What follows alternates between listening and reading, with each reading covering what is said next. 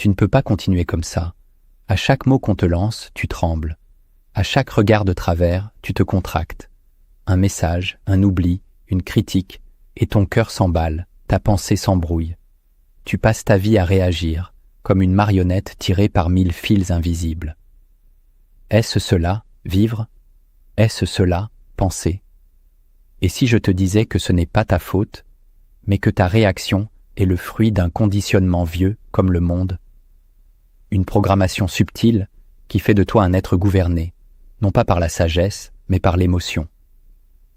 Pourtant, il existe un art, une science oubliée, qui transforme les âmes faibles en esprits souverains. Machiavel la connaissait. Les stoïciens l'ont pratiquée. Et aujourd'hui, tu vas l'apprendre. Car celui qui réagit à tout devient l'esclave de tous, mais celui qui ne réagit à rien devient souverain de lui-même. Écris en commentaire « J'en ai fini avec les réactions impulsives, je veux maîtriser mon esprit ». Abonne-toi maintenant, car dans cette vidéo, tu découvriras la clé que personne ne t'a jamais donnée. Reste jusqu'à la fin, car ce que tu vas entendre peut changer ta posture dans ce monde, non pas par la force, mais par le silence. Depuis l'Antiquité, des hommes ont compris que le pouvoir ne résidait pas dans la force brute, ni dans les possessions visibles, mais dans la maîtrise des réactions intérieures. Sénèque, Épictète et Marc Aurèle l'enseignaient, l'homme véritablement libre est celui qui ne laisse rien troubler son esprit. Plus tard, Machiavel, dans un autre registre, a révélé l'envers du décor. Celui qui veut gouverner les autres doit d'abord cesser de se laisser gouverner par ses propres émotions. Il a compris que dans un monde où chacun réagit au quart de tour, celui qui garde le silence détient un pouvoir disproportionné. Le silence devient alors une arme. Mais cette sagesse a été ensevelie sous les cris des passions modernes. Aujourd'hui, on t'encourage à tout exprimer, à réagir, à exploser, comme si c'était une forme de liberté. En réalité, tu te dévoiles, tu t'affaiblis, tu t'exposes à ceux qui savent t'observer. Celui qui reste calme face à l'agitation devient un mystère, et un mystère attire plus qu'un cri. Ce que nous allons explorer dans cette vidéo n'est donc pas un simple conseil de développement personnel, c'est une philosophie ancienne, oubliée et terriblement puissante, que seuls les esprits stratégiques ont su préserver. Tu crois que ton problème, c'est ce qu'on t'a dit, ce qu'on t'a fait. Mais la vérité est plus dérangeante. Ce ne sont pas les événements qui te blessent, c'est ce que ton esprit en fait. Pour ne plus jamais réagir, tu dois entrer dans les profondeurs de ton propre théâtre intérieur. Et tout commence ici. Le premier mécanisme que tu dois comprendre est celui de l'interprétation immédiate, car ce n'est jamais la réalité brute qui t'agresse, mais la version instantanée que ton esprit fabrique avant même que tu puisses réfléchir, et tant que tu n'as pas vu cela, tu continueras d'être manipulé par tes propres perceptions sans t'en rendre compte, comme un prisonnier qui croit que les ombres sur les murs représentent la vérité, alors qu'il ne s'agit que de projections internes façonnées par tes peurs, ton histoire personnelle, tes blessures anciennes, tes attentes secrètes et ton manque de recul émotionnel. Et c'est précisément ce réflexe qui fait qu'un simple regard peut devenir pour toi une attaque, qu'un silence devient une critique, qu'un mot neutre devient une humiliation, qu'un retard devient un abandon, car ton cerveau cherche avant tout à protéger ton identité plutôt qu'à comprendre ce qui se passe réellement, et tant que tu répondras en fonction de ce que tu crois, et non de ce qui est, tu vivras dans une guerre intérieure inventée, tu réagiras comme si chaque parole était une menace, chaque situation un jugement, chaque interaction un test de survie, alors qu'il ne s'agit souvent que d'un événement neutre sans intention cachée. Mais ton esprit, lorsqu'il est gouverné par des émotions non maîtrisées, choisit toujours l'interprétation la plus douloureuse, parce qu'il préfère se préparer au pire plutôt que de risquer la déception. Et c'est exactement là que réside la source de ton agitation constante, car tu ne vis pas les choses, tu les interprètes, tu ne vois pas les gens, tu leur prêtes des intentions, tu ne lis pas la réalité, tu lis ton passé, et si tu veux devenir mentalement intouchable, tu dois apprendre à créer un temps intérieur avant de donner un sens, un espace mental sacré dans lequel tu observes au lieu de traduire, car la maîtrise de soi ne commence pas dans la réaction, mais dans la suspension du jugement. et celui qui se retire intérieurement avant de répondre devient immédiatement supérieur à toute provocation. Le deuxième mécanisme que tu dois démanteler est la projection émotionnelle, ce réflexe silencieux qui te pousse à attribuer aux autres ce que tu ressens sans oser te l'avouer. Car ce n'est pas ce qu'on t'a dit qui te blesse, mais ce que cela réveille en toi, ce que cela touche de non résolu, de refoulé, d'enfoui dans les profondeurs de ton histoire. Et tant que tu n'as pas identifié cette distorsion psychique, tu continueras de réagir aux gens comme s'ils étaient responsables de ta tempête intérieure, alors qu'en réalité, ils n'en sont que les déclencheurs, pas les créateurs, car le poison est déjà en toi, ils ne font que le faire remonter, et cela crée une illusion dangereuse. Tu crois que l'extérieur te fait du mal, alors que c'est ton propre intérieur qui déborde, et c'est ainsi que tu te mets à voir, dans le regard des autres, de la critique, là où il n'y a que neutralité, tu entends dans leur silence du mépris, là où il n'y a que présence, tu ressens dans leurs gestes du rejet, là où il n'y a que distraction, car ton esprit projette des émotions non digérées sur des situations neutres, comme un projecteur éclaire le mur avec ses propres images, et ce mécanisme est si profond qu'il te pousse parfois à saboter tes relations, à fuir ceux qui t'aiment, à attaquer ceux qui te comprennent, car leur proximité réveille des douleurs anciennes que tu refuses de regarder en face, et tu préfères croire que c'est eux le problème plutôt que d'accepter que c'est ton reflet que tu combats. Alors, si tu veux devenir inébranlable, tu dois apprendre à interroger chaque émotion forte, à te demander non pas « qui m'a fait ça ?», mais « qu'est-ce que cela révèle en moi que je n'ai pas encore guéri ?» Car cette inversion du regard est le début de la paix intérieure. Et tant que tu continueras à accuser l'extérieur, tu seras faible. Mais le jour où tu comprendras que chaque agression ressentie est une porte vers ton propre inconscient, alors plus rien ne pourra t'atteindre, car tu ne projetteras plus, tu observeras. Le troisième mécanisme que tu dois observer est l'ego vulnérable qui exige réparation, ce noyau silencieux en toi qui transforme chaque interaction en tribunal émotionnel, car au fond, tu ne veux pas simplement comprendre ce qui se passe. Tu veux que l'autre reconnaisse ta douleur, admette ta valeur, confirme ton importance. Et tant que cette attente invisible gouverne ton esprit, tu resteras prisonnier de toutes les paroles non dites, de tous les gestes oubliés, de tous les silences mal interprétés, car ton ego n'accepte pas l'indifférence. Il veut une réponse, une réparation, une validation immédiate. Et chaque fois qu'il ne la reçoit pas, il entre en guerre contre le monde, et c'est là que tu t'enflammes, que tu cries, que tu coupes les liens ou que tu te renfermes, non pas parce que la situation le mérite, mais parce que ton identité s'est sentie effacée, négligée ou blessée.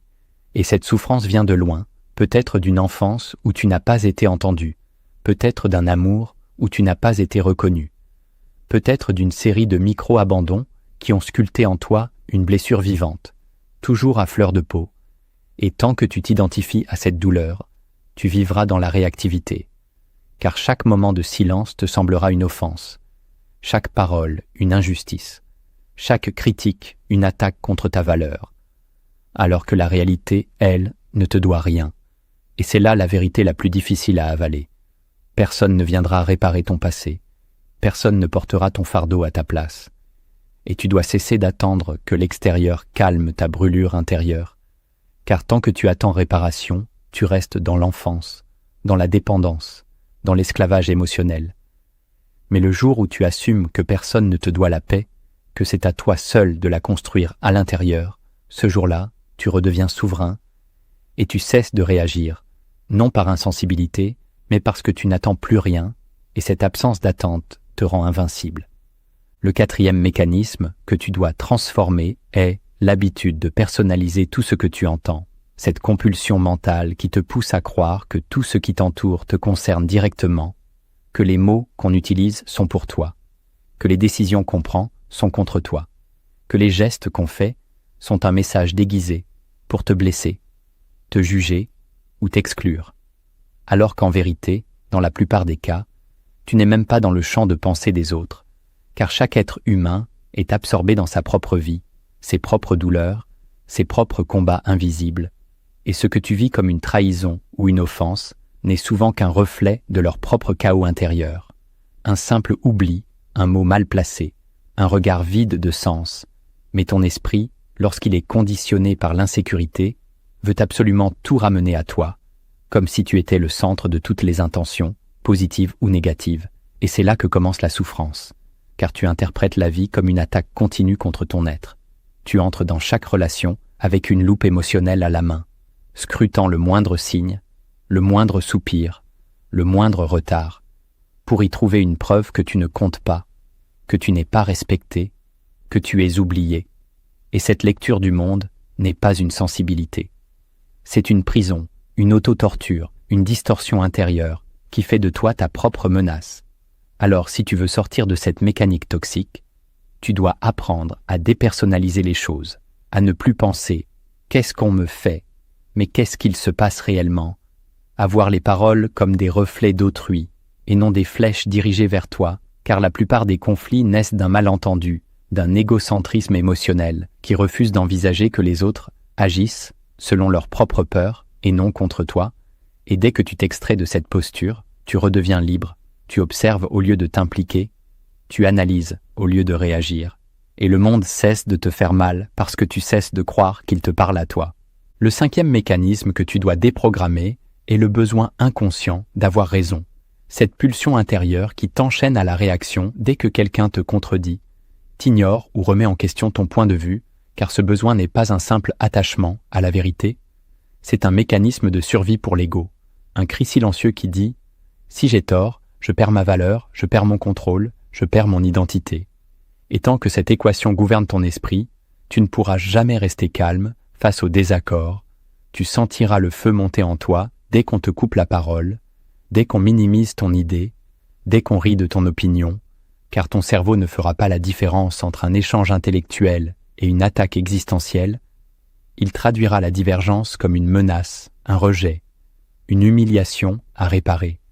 Et c'est là que la réactivité prend le dessus, que tu montes le ton, que tu t'obstines, que tu veux convaincre, non pas par clarté, mais par peur de t'effondrer intérieurement, et cette fragilité déguisée en obstination te rend prévisible, manipulable et émotionnellement instable, car ceux qui savent comment appuyer sur ce bouton, le bouton de la fierté blessée, peuvent te faire perdre ta paix à volonté, simplement en remettant en question ce que tu dis, ce que tu crois, ce que tu ressens.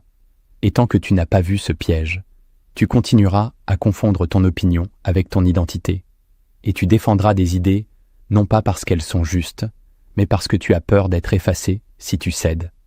Alors que le vrai pouvoir, c'est de savoir écouter sans se crisper, de savoir dire « peut-être que j'ai tort » sans trembler, de savoir observer un désaccord sans y injecter ton ego, car l'esprit qui n'a plus besoin d'avoir raison devient souverain. Il ne cherche pas à vaincre, mais à comprendre. Il ne se défend plus, il apprend. Et cette posture d'humilité silencieuse est l'arme la plus redoutable contre ceux qui vivent pour provoquer. Le sixième mécanisme que tu dois révéler est la peur du silence et du vide intérieur.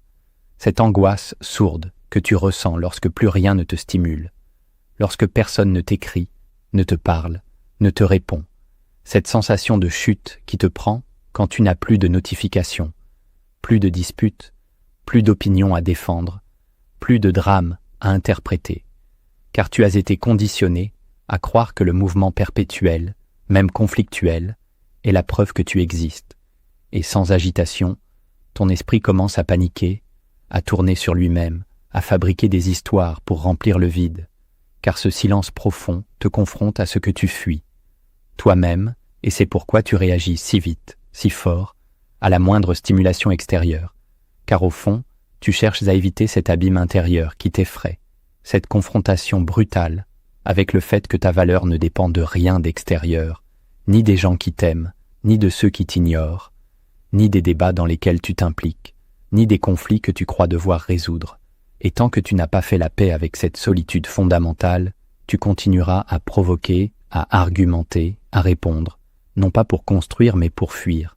Et cette fuite émotionnelle te rend vulnérable, car chaque silence devient insupportable. Chaque espace vide est une menace.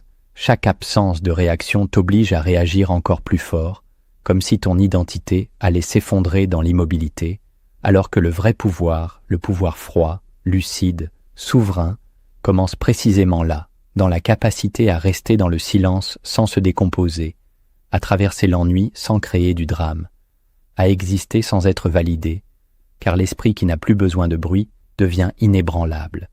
Il n'a plus à réagir, car il ne fuit plus rien. Il n'a plus à répondre, car il ne cherche plus à se prouver. Il repose sur un socle intérieur que rien ne peut faire vaciller. Et ce socle, c'est ta capacité à rester seul avec toi-même, sans peur, sans agitation, sans masque. Le 7e mécanisme que tu dois incarner est la souveraineté émotionnelle par la stratégie du détachement, cet état d'esprit rare où tu n'es plus prisonnier de ce que les autres pensent, disent ou font, car tu as cessé de dépendre de l'extérieur pour exister intérieurement, et ce détachement n'est pas du mépris, ce n'est pas de l'indifférence glacée, c'est une posture noble, une stratégie de l'esprit qui refuse de gaspiller son énergie pour des choses qu'il ne contrôle pas, et tant que tu t'accroches à vouloir être compris, soutenu, approuvé, tu restes vulnérable, car tu laisses ton équilibre reposer sur quelque chose d'aussi instable que le comportement humain. Et c'est pour cela que Machiavel observait sans juger, agissait sans réagir, avançait sans se justifier, parce qu'il avait compris que celui qui veut diriger sa vie doit d'abord se libérer du besoin d'être aimé ou d'avoir raison, et ce détachement commence quand tu cesses de te confondre avec tes émotions, quand tu les vois passer comme des nuages, quand tu n'acceptes plus de contracter ton cœur à chaque provocation, à chaque critique, à chaque attente non satisfaite, car tu sais que ta paix est plus précieuse que ton orgueil, plus précieuse que ta volonté de prouver quelque chose, plus précieuse que le besoin de te défendre. Et cette paix devient ton armure invisible, car elle t'offre la clarté, la lenteur, la hauteur. Et avec cette posture, tu ne réponds plus sous la pulsion. Tu décides, tu choisis, tu calcules, tu observes, tu apprends, tu t'élèves, car tu ne subis plus rien intérieurement. Tu transformes tout en silence stratégique, en prise de recul, en information. Et c'est ainsi que tu deviens maître de toi, non pas parce que tu te retiens, mais parce que plus rien ne t'agite au point de te faire perdre ton axe, et dans ce détachement, il y a ta victoire. Car l'homme qui ne dépend plus de personne devient intouchable, et l'esprit qui se détache n'a plus besoin de se venger, il règne. Tu penses que ton calme dépend de ta maturité. En réalité, il dépend de ta vision. Tant que tu verras la colère comme une forme de courage, tu continueras à réagir, à t'épuiser, à perdre du terrain. Mais si tu changes de perspective, tout change. Voici maintenant les vérités invisibles qui gouvernent ceux qui ne réagissent plus jamais. La première vérité cachée que tu dois contempler, c'est que la colère n'est jamais une force, mais une perte de position stratégique, car au moment même où tu t'emportes, tu descends de ton trône intérieur pour entrer dans l'arène émotionnelle, là où tous les coups sont permis, là où ta clarté se trouble, ta parole s'accélère, ta vision se rétrécit, et ton adversaire, s'il est plus froid que toi, gagne automatiquement la partie, non parce qu'il a raison, mais parce qu'il t'a déplacé. Il t'a fait sortir de ton axe, et c'est cela le piège. C'est cela l'erreur fatale que Machiavel avait comprise avant tous. Un homme qui s'emporte est un homme qui abdique son pouvoir, car il n'agit plus en maître.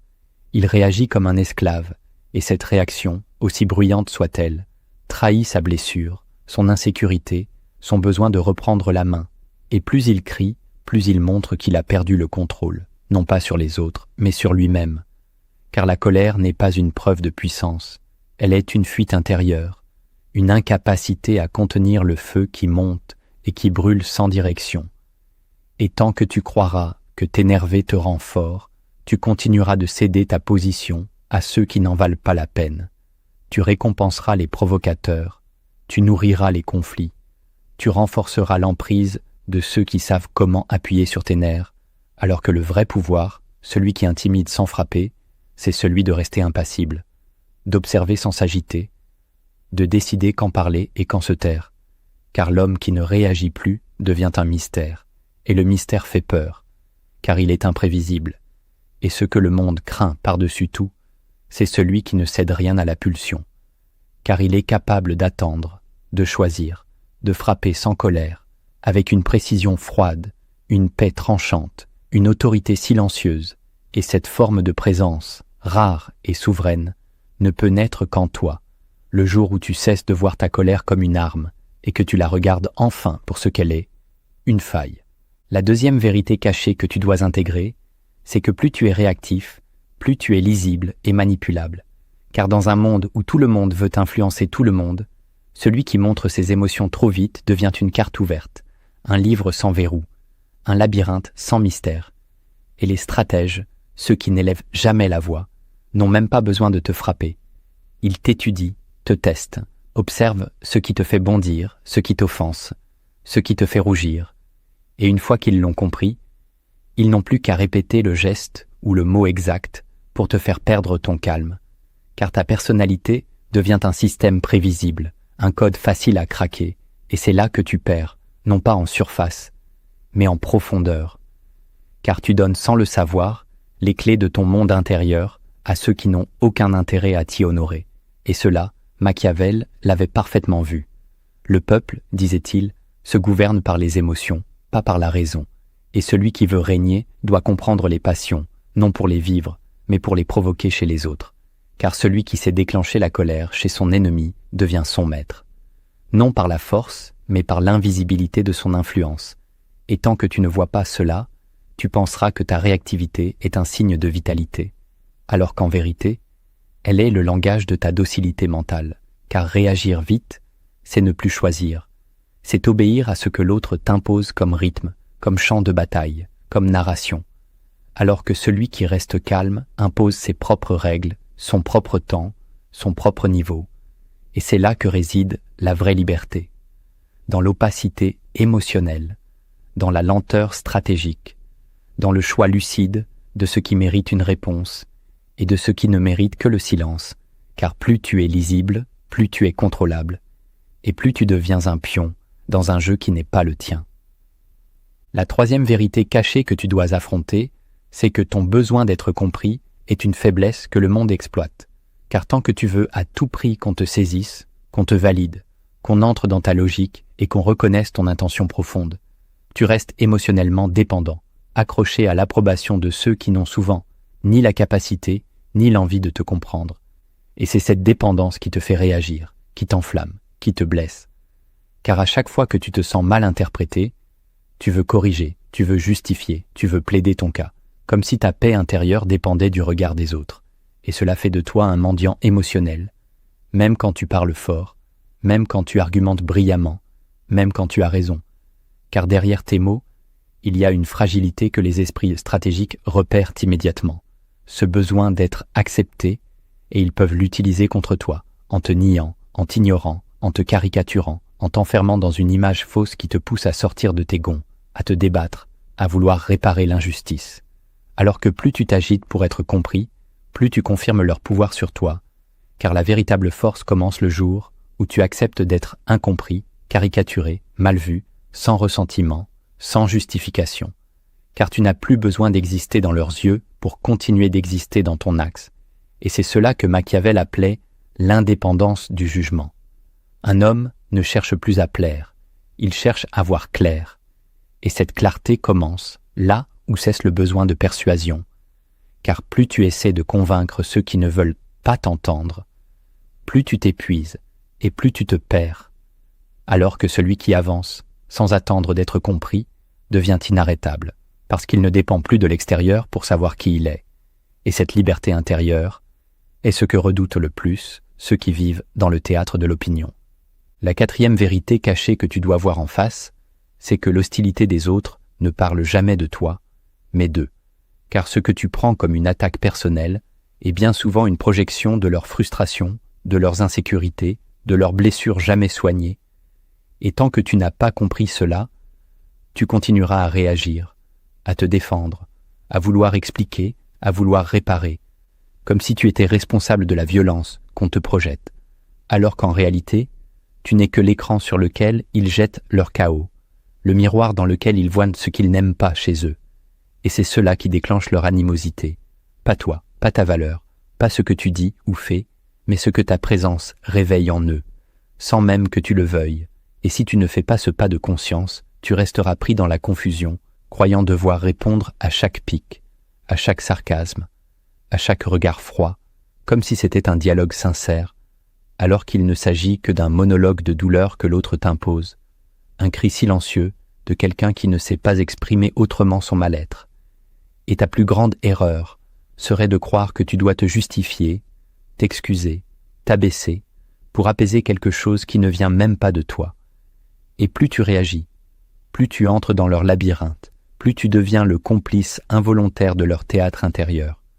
Mais le jour où tu cesses de prendre les choses personnellement, où tu observes la haine avec distance, où tu vois dans la critique un symptôme et non un verdict, alors tu reprends ton pouvoir, car tu ne participes plus à ce qui ne t'appartient pas, tu ne ramènes plus tout à toi, tu discernes, tu coupes, tu éteins le feu avec ta hauteur.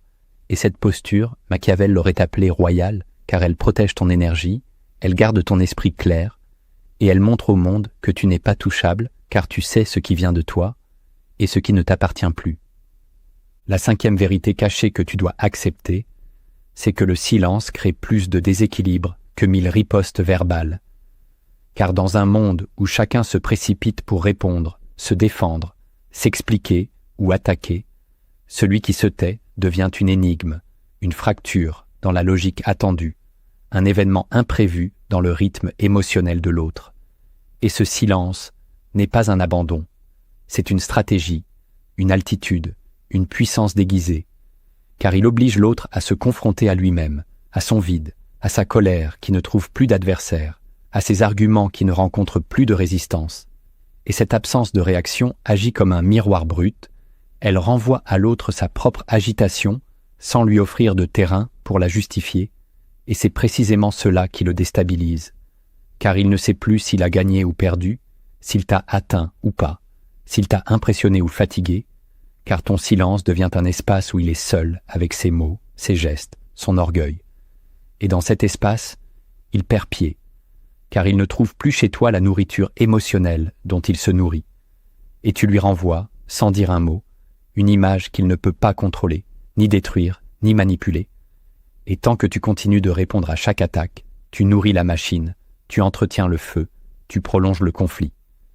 Mais le jour où tu te retires, où tu coupes le canal, où tu laisses la tempête s'épuiser sans y entrer, ce jour-là tu reprends le pouvoir. Pas en criant plus fort, mais en ne criant plus du tout, car le silence vrai n'est pas vide, il est plein de maîtrise, il contient un message plus fort que tous les discours. Je ne joue plus ton jeu, tu ne m'atteins plus, j'ai d'autres royaumes à gouverner que ce tumulte-là, et cette posture ne s'apprend pas dans les livres. Elle se forge dans la douleur de l'ego qui accepte enfin de ne pas avoir le dernier mot, car il a compris que la vraie victoire, c'est de ne plus avoir besoin de combattre. La 6e vérité cachée que tu dois incarner, c'est que la paix intérieure est un pouvoir social invisible mais terrifiant. Car dans un monde où tout repose sur la réaction, les réseaux, les conflits, les débats, les dominations, celui qui reste impassible devient une anomalie, une faille dans le système, une entité que l'on ne peut ni provoquer ni contrôler. Et cette paix n'est pas molle, elle n'est pas naïve, elle n'est pas passive, elle est construite, forgée dans le feu du renoncement, polie par la douleur, consolidée par la solitude, et c'est pour cela qu'elle dérange tant, car elle n'est pas une façade, elle est une structure intérieure, un socle, une forteresse invisible qui rend tes émotions inaccessibles aux mains des autres. Et tant que tu ne vis pas cette paix, tu te croiras obligé de participer, de répondre, d'ajuster ton comportement pour apaiser les tensions, et tu deviendras un caméléon émotionnel, un diplomate fatigué, un stratège affaibli, mais celui qui possède la paix ne négocie plus son énergie, il ne distribue plus son calme comme une faveur, il ne cède plus son attention comme une monnaie, car il sait que ce qu'il porte en lui est rare, est précieux, est menaçant, car il ne tremble plus quand les autres s'agitent. Et ce calme, lorsqu'il est réel, provoque des effets puissants. Il révèle l'immaturité des autres, il expose les failles de ceux qui jouent au fort, il éclaire la médiocrité des stratégies bruyantes, car face à une paix vraie, les artifices tombent, les masques s'effondrent, les mécanismes de domination échouent, et c'est cela que Machiavel savait. L'homme qui n'a plus besoin de réagir est plus dangereux que 1000 armées, car il ne lutte pas pour gagner, il règne déjà sur lui-même, et cette souveraineté secrète, silencieuse, impénétrable, fait de lui un être redouté, non parce qu'il impose, mais parce qu'il ne vacille jamais. La 7e vérité cachée que tu dois embrasser, c'est que ceux qui provoquent ta colère détiennent un pouvoir que tu leur as toi-même donné, car aucune réaction ne surgit sans permission intérieure. Et tant que tu ne reconnais pas cette part de responsabilité, tu restes l'esclave des autres, même quand tu crois leur résister, car chaque fois que quelqu'un te met hors de toi, il a réussi ce que les rois rêvent de faire. Régner sur ton centre nerveux, dicter ton rythme, détourner ton attention, voler ton calme, et cela n'a rien à voir avec leur force ou leur intelligence, mais avec ta propre vulnérabilité non gardée, ton territoire intérieur laissé sans sentinelle, sans mur, sans souverain.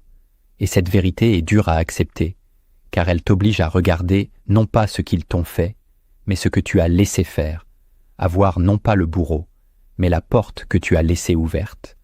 Car on ne peut déclencher une colère que là où existe déjà une attente, une peur, une blessure, un orgueil non cicatrisé, et c'est cette faille que les manipulateurs flairent, que les agressifs exploitent, que les stratèges utilisent, car ils savent que te faire perdre ton calme, c'est te faire descendre au niveau où tu es vulnérable, impulsif, désorganisé, et donc contrôlable, et plus tu réagis, plus tu leur montres la carte de ton monde intérieur, plus tu leur donnes les codes d'accès à ta souveraineté, et c'est pour cela que Machiavel recommandait le masque, le silence, le contrôle, non par froideur, mais par survie stratégique. Car celui qui montre ses nerfs montre son talon d'Achille. Celui qui s'emporte devient lisible. Celui qui explose devient faible, même quand il crie avec vérité, alors que celui qui reste calme, même face au chaos, devient un mur que rien ne traverse, un mystère que personne ne contrôle. Et ce pouvoir-là, tu ne l'obtiens pas par des discours, mais par une décision radicale, celle de ne plus donner aux autres le droit de dicter ton état intérieur, car ta paix n'est pas négociable, elle est ton trône. Connaître les mécanismes, c'est une chose. Les dompter dans la réalité, c'est un autre combat. Maintenant que tu as vu ce qui te gouverne de l'intérieur, tu dois apprendre à reprendre le contrôle, non pas par la force, mais par des rituels concrets, des gestes simples, des stratégies invisibles. Voici 7 techniques puissantes pour redevenir souverain de ton espace mental. La première technique que tu dois appliquer est l'ancrage par le souffle avant toute réponse, car ton souffle est le seul espace que personne ne peut contrôler à ta place. Et pourtant c'est la première chose que tu abandonnes, dès qu'une émotion monte, dès qu'un mot te heurte, dès qu'une situation te déstabilise, tu te contractes, tu bloques, tu oublies de respirer, comme si ton esprit voulait tout résoudre en apnée. Et cette coupure invisible suffit à déclencher le chaos, car un esprit qui ne respire plus devient aveugle, devient rapide, devient esclave de l'instant. Et tant que tu réagiras dans cet état de suffocation intérieure, tu ne feras que reproduire les mêmes schémas, répéter les mêmes erreurs, revivre les mêmes tensions, car sans respiration, il n'y a pas de recul. Et sans recul, il n'y a pas de choix. Juste une impulsion, une défense, une fuite, une attaque, mais jamais une décision. Et c'est pour cela que tu dois réapprendre à revenir à ton souffle comme à une arme sacrée, non pas pour t'apaiser seulement, mais pour reprendre ton territoire intérieur, pour empêcher l'émotion de devenir une commande, pour retrouver dans ton corps une présence que le mental avait perdue. Et cette technique est simple mais radicale. Dès que tu sens la montée, l'envie de répondre, le feu qui te pousse à réagir, tu fermes les yeux une demi-seconde. Tu inspires lentement par le nez en comptant jusqu'à 4. Tu bloques le souffle 1 seconde, puis tu expires doucement par la bouche jusqu'à 6 et tu recommences 2 fois, 3 fois, sans rien dire, sans rien décider, juste pour ralentir la vague, car dans cette lenteur renaît ta lucidité. Dans ce souffle s'effondre la panique, et tu n'es plus réactif. Tu redeviens souverain, car l'émotion n'a plus le rythme en sa faveur, elle est contenue, regardée, dissoute.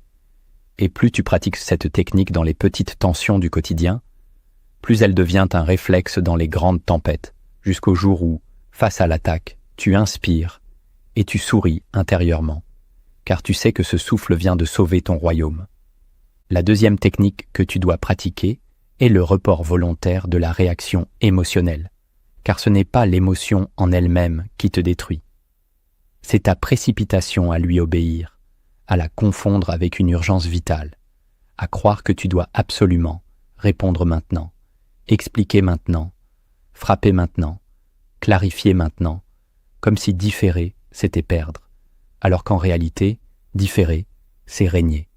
Car la plupart des réactions destructrices naissent d'un réflexe, d'un automatisme, d'un sursaut, et non d'un choix réfléchi. Et tant que tu répondras sous l'effet de l'émotion brute, tu continueras à alimenter des conflits qui auraient pu mourir dans le silence, à dire des choses que tu ne penses pas, à poser des gestes que tu regretteras, car tu n'as pas laissé à ton esprit le temps de revenir à lui-même, de voir au-delà de l'instant, de reprendre la main sur la situation, et cette technique, bien que simple, est d'une puissance stratégique redoutable. Dès que l'émotion monte, dès que la pulsion de répondre t'envahit, tu t'interdis tout mot, tout message, toute réaction pendant 10 minutes.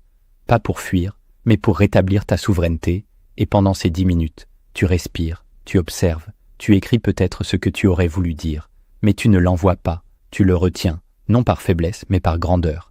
Car différer, c'est refuser de te laisser gouverner par l'autre, par la situation, par la douleur. C'est dire intérieurement « Je ne suis pas ton esclave, je choisis quand et comment je m'exprime ».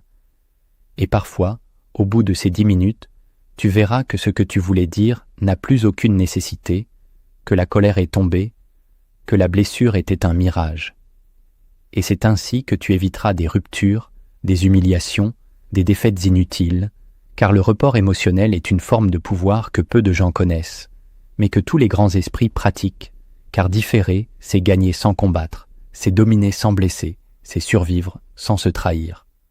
La troisième technique que tu dois maîtriser est la dissociation mentale immédiate. Ce geste invisible de l'esprit qui consiste à te séparer intérieurement de l'émotion au moment même où elle surgit, non pas pour la fuir, mais pour l'observer, la contenir, la désamorcer avant qu'elle ne prenne les commandes de ton être. Car tant que tu es confondu avec ce que tu ressens, tu ne peux ni choisir, ni juger, ni gouverner. Tu es pris dans la tempête, collé à elle, embarqué malgré toi. Et ce que tu crois être toi n'est en réalité que la voix de ton système nerveux en panique, ton corps qui réagit, ton ego qui tremble, et ta pensée qui se laisse emporter. Mais si, à l'instant où tu sens la montée de colère, de tristesse, d'angoisse ou de frustration, tu dis mentalement « Ceci n'est qu'un mouvement intérieur, ce n'est pas moi, je l'observe ». Alors quelque chose bascule, tu prends de la hauteur, tu deviens spectateur au lieu d'acteur, et ce déplacement de conscience suffit à créer un espace entre toi et ce que tu ressens, et dans cet espace renaît ta souveraineté, car tu n'es plus fusionné avec l'émotion. Tu l'as isolée, nommée, contenue, et dès cet instant, elle perd de son pouvoir, car elle ne peut plus t'utiliser comme véhicule, comme messager, comme bras armés. Tu l'as interceptée, comme un roi qui voit un espion avant qu'il n'entre dans la cour, et cette technique, quand elle devient une habitude, transforme ta vie, car tu ne réagis plus à partir de la confusion, mais à partir de la conscience. Tu ne t'exprimes plus sous la pression, mais sous le choix, et même dans les situations les plus tendues, tu peux garder ce regard intérieur détaché, ce recul froid et clair qui te rend imprévisible, car personne ne comprend pourquoi tu ne t'emportes pas, pourquoi tu restes centré, pourquoi tu restes lucide, et cette posture seule suffit à imposer le respect, car elle prouve que tu n'es plus gouverné par tes nerfs, mais par ton axe. La quatrième technique que tu dois renforcer est l'écriture stratégique pour purger le trop-plein émotionnel, car ce que tu n'exprimes pas se retourne contre toi, et ce que tu exprimes sans filtre se retourne contre les autres, alors que l'écriture, elle, devient le lieu secret où tu peux déposer le poison sans l'injecter dans tes relations, sans le projeter sur le monde, sans l'éclater dans des mots que tu regretteras. Car écrire, ce n'est pas seulement raconter ce que tu ressens, c'est donner forme à ce qui autrement te submergerait. C'est créer une distance entre toi et ce que tu vis. C'est transformer la confusion en langage, l'impulsion en structure, le chaos en lucidité. Et cette technique est à la fois simple et puissante. Au moment où tu te sens envahi, blessé, piqué, au bord de l'explosion, tu prends un cahier, physique ou numérique, et tu écris sans censure tout ce qui te traverse, tout ce que tu voulais dire à cette personne, tout ce que tu aurais crié, tout ce que tu retiens, tu le poses, tu l'écris, tu le regardes, mais tu ne l'envoies pas, tu ne le publies pas, tu ne le lis même pas à haute voix. Tu le poses comme un soldat pose son arme après une guerre. Et cette décharge émotionnelle devient une purification intérieure. Elle te vide sans te compromettre. Elle t'apaise sans te trahir. Elle libère ce que tu portais sans le jeter sur quelqu'un d'autre. Et plus tu pratiques cette forme d'écriture secrète, plus tu remarques que tu n'as pas toujours besoin de parler, pas toujours besoin de t'expliquer, pas toujours besoin d'être entendu, car tu t'es entendu toi-même, tu t'es accueilli, tu t'es canalisé, et cette paix silencieuse que tu obtiens après avoir écrit, elle vaut plus que 1000 disputes évitées, plus que 1000 justifications données, plus que 1000 erreurs réparées trop tard, car tu n'as pas parlé dans la douleur, tu as écrit dans la maîtrise. La 5e technique que tu dois affiner est la création d'un code intérieur de non-réaction, un serment silencieux que tu passes avec toi-même, une règle gravée dans ton esprit, non pas pour t'étouffer ni te contraindre, mais pour te protéger, car sans code personnel, tu réagis selon le contexte, l'humeur, la fatigue, le passé, et tu deviens imprévisible même pour toi, alors que le code, lui, crée une ligne de conduite ferme, claire, sacrée, à laquelle tu te tiens même quand tout en toi hurle de répondre, de réagir, de riposter, et ce code peut être formulé en une seule phrase. Je ne répondrai jamais dans l'émotion. Tu peux l'écrire, la répéter, la graver dans ton esprit comme un garde-fou, car cette décision simple, prise à froid, va te sauver à chaud, dans ces moments où ton orgueil est piqué, où ton cœur bat trop vite, où l'autre attend ta réaction comme un piège ouvert. Et ce code, tu ne l'annonces pas, tu ne l'expliques pas, tu le vis en secret, comme une discipline de souverain, car il t'élève au-dessus de la foule, il t'impose un silence actif, non pas passif, un silence qui n'est pas faiblesse, mais force contenue, qui n'est pas fuite, mais puissance en retrait. Et plus tu t'y tiens, plus tu deviens libre, car tu n'es plus esclave de ton impulsivité, tu n'es plus prévisible, tu n'es plus déclenchable à volonté. Et dans ce monde saturé de bruit, de réactions, de confrontations, ton calme devient une anomalie, ton silence devient une stratégie, et ton code devient une barrière invisible que les autres sentent sans comprendre, car ils ne voient pas ce qui t'empêche de mordre, mais ils sentent que tu pourrais, et que si tu ne le fais pas, c'est par choix, non par faiblesse, et ce respect naît précisément de là, de ta capacité à t'imposer à toi-même ce que le monde n'attend pas de toi. La maîtrise. La 6e technique que tu dois incarner est le regard d'observation absolue, sans jugement. Cette posture rare où tu regardes les gens, les situations, les provocations, sans y ajouter immédiatement ton opinion, ton interprétation, ta blessure ou ton besoin d'intervenir. Car ce qui déclenche ta réaction n'est jamais l'événement lui-même, mais le filtre mental que tu poses dessus, le commentaire intérieur que tu formules sans même t'en rendre compte, et ce jugement automatique. C'est injuste, c'est irrespectueux, il me méprise, je dois répondre. Crée l'impulsion, l'émotion, la brûlure qui t'emporte, alors que si tu apprenais à voir sans nommer, à observer sans traduire, à accueillir l'instant brut sans lui injecter ta mémoire, tu échapperais à l'agression mentale qui suit, car tu verrais les choses comme elles sont, non comme ton ego les interprète, et cette technique demande un entraînement quotidien. Dès que tu sens qu'un mot te pique, qu'un comportement te dérange, tu dis intérieurement « je regarde » et tu laisses la scène se dérouler sans y ajouter de conclusion, sans t'y attacher, sans vouloir la modifier, comme si tu étais un témoin invisible, un explorateur de l'instant, un sage qui regarde les mouvements du monde sans les prendre personnellement, et tu verras alors quelque chose de profond. Ce qui te blessait avant devient neutre. Ce qui t'agitait devient inoffensif. Ce qui te semblait une attaque devient un simple fait, un mouvement, un souffle dans l'air. Et ce regard neutre n'est pas une fuite, c'est une conquête, car il te libère du poison du jugement. Il t'élève au-dessus des constructions mentales qui t'épuisaient. Et dans ce silence intérieur, naît une puissance tranquille, un détachement noble, une paix vivante qui ne dépend plus de l'extérieur, car tu ne vis plus pour comprendre, tu vis pour voir, et ce regard-là, personne ne peut te le voler. La 7e technique que tu dois cultiver est la visualisation de ton royaume intérieur inviolable, cet espace sacré au-dedans de toi que personne ne peut atteindre, ni profaner, ni contrôler, sauf si tu laisses la porte ouverte, car tout commence dans ta manière de te représenter toi-même.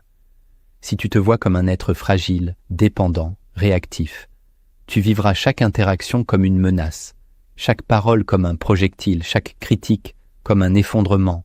Mais si tu changes d'image, si tu bâtis mentalement un sanctuaire intérieur, une citadelle invincible, un royaume silencieux dont tu es le seul souverain, alors plus rien ni personne ne pourra t'en déloger, car tu ne vivras plus à l'extérieur de toi-même. Tu n'erreras plus dans les opinions, les humeurs, les violences des autres. Tu seras enraciné dans un trône invisible, et cette visualisation, tu dois l'entretenir comme un rituel quotidien. Chaque matin ou à chaque tension, tu fermes les yeux quelques secondes, tu te vois debout, seul, au sommet d'un espace vaste et calme, un lieu qui t'appartient, que personne ne connaît, que rien n'agite, et tu marches dans ce lieu comme un roi. Tu regardes de loin les provocations, les cris, les accusations, comme si elles n'étaient que du vent contre des murs d'or, et tu ressens dans ton corps la force de cette posture, la noblesse de cette distance, la densité de ce calme. Et plus tu pratiques cette visualisation, plus ton inconscient intègre cette réalité, plus tu changes de vibration, plus tu deviens intouchable, non pas parce que tu es froid ou insensible, mais parce que tu es chez toi, dans un territoire que personne ne peut envahir, et ce royaume intérieur devient ton vrai refuge, ton centre, ton axe. Et c'est là que tu redeviens libre, car tu ne sors plus de ton palais à chaque provocation. Tu laisses les passants crier aux portes, pendant que toi, tu restes en paix. Tu viens de traverser un territoire que peu osent explorer, un royaume sans drapeau, sans bruit, sans cri, mais rempli d'un pouvoir que l'on n'enseigne plus, le pouvoir de ne plus réagir. Ce pouvoir-là ne se manifeste pas par la domination extérieure, par la victoire visible ou par l'éclat de la parole. Il se manifeste par ce calme mystérieux que rien ne peut altérer, par ce silence souverain que rien ne peut acheter. Car désormais tu le sais, celui qui réagit perd, celui qui s'agite devient lisible, celui qui répond trop vite s'expose, s'affaiblit, s'épuise, mais celui qui reste dans l'ombre, qui respire au lieu de riposter, qui attend au lieu d'imploser, celui-là devient une énigme. Et l'énigme, elle, gouverne. Tu as compris que la colère n'est pas une preuve de force, mais une perte de terrain, que ton besoin d'être compris est une chaîne dorée que l'on te passe au cou, que l'interprétation émotionnelle est un poison lent, et que la paix, loin d'être un luxe, est une stratégie. Machiavel n'a pas écrit pour t'apprendre à être aimé. Il a écrit pour t'enseigner comment survivre dans un monde où l'amour est instable, où le respect ne s'obtient pas par des mots doux, mais par des gestes d'ombre, des silences pleins, des décisions froides. Le respect n'est pas un droit, c'est une conséquence, et la paix intérieure est sa plus haute source.